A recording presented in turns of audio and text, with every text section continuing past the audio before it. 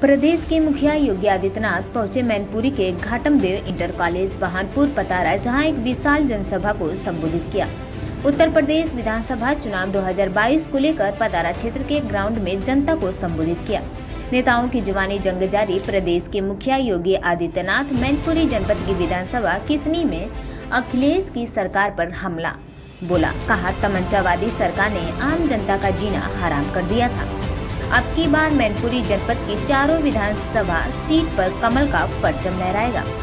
उन्होंने समाजवादी पार्टी पर निशाना साधते हुए कहा कि मैनपुरी की जमीन पर समाजवादी सरकार में गुंडे माफिया कब्जा करते थे और बेटियां सुरक्षित नहीं थी।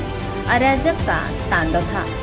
गुंडई का हाल इस कदर के पूरे प्रदेश में लोग बाहर जाने से भी डरते थे और त्योहार से पहले दंगे शुरू हो जाते थे। डबल इंजन की सरकार आते ही यह गुंडे माफिया बिलों के अंदर घुस गए हैं। इतिहास छुपा है मैनपुरी में। मैनपुरी में महाराज तेज सिंह का किला उसका गवाह भी है।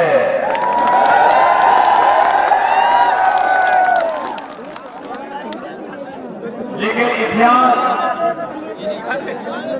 सदैव अपने आप को दोहराता है। बीच के कालखंड में इटावा, मैनपुरी और इस आसपास के क्षेत्रों को बदनाम करके रख दिया था। अराजकता पैदा करने वाले तत्व, राहजनी करने वाले तत्व, दंगाग्रस्त और तमंचावादी तत्व सत्ता में काबिज होकर के आम जनता का जीना हराम कर दिए थे। लेकिन भाइयों बहनों,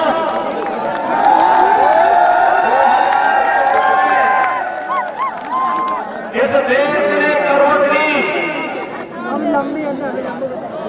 देश के सौभाग्य से नरेंद्र मोदी जैसा यशस्वी नेता भारत को मिला और 2014 के बाद जो सिलसिला प्रारंभ हुआ, 2014, 2017, 2019, ये लगातार विजय की जो सिलसिला पूरे उत्तर प्रदेश और देश के अंदर भारतीय जनता पार्टी का चलता रहा, आज उसका परिणाम है कि किसी ने भी परिवर्तन के लिए पूरी तैयार है। सबसे ज्यादा परेशानी होती है अखिलेश जी को, सबसे ज्यादा परेशानी होती है उनको, और इसलिए होती है क्योंकि उनको लगता है कि उनके मित्र वाले मित्र पर बुलडोजर चल रहा है। ये तो जो उन्होंने कई पीढ़ियों के लिए पैसा कमाया था, ये तो लगता है कि इसी जन्म में सारा उनको कंगाल करके सड़कों पर कठुआ लेके छोड़ देंगे और इसलिए परेशानी हो रही है।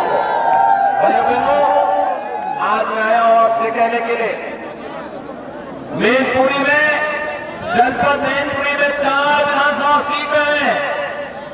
ये किसनी से क्या ये संदेश आप चारों विधानसभा सीट पर पहुंचाएंगे?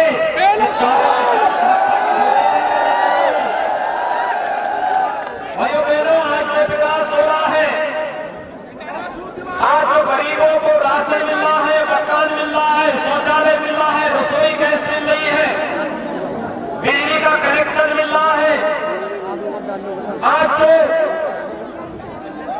विकास के बड़े बड़े कार्य हो रहे हैं, नौजवान को नौकरी दी जा रही है, बिना भेदभाव के नौकरी दी जा रही है, पारदर्शी तरीके से दी जा रही है।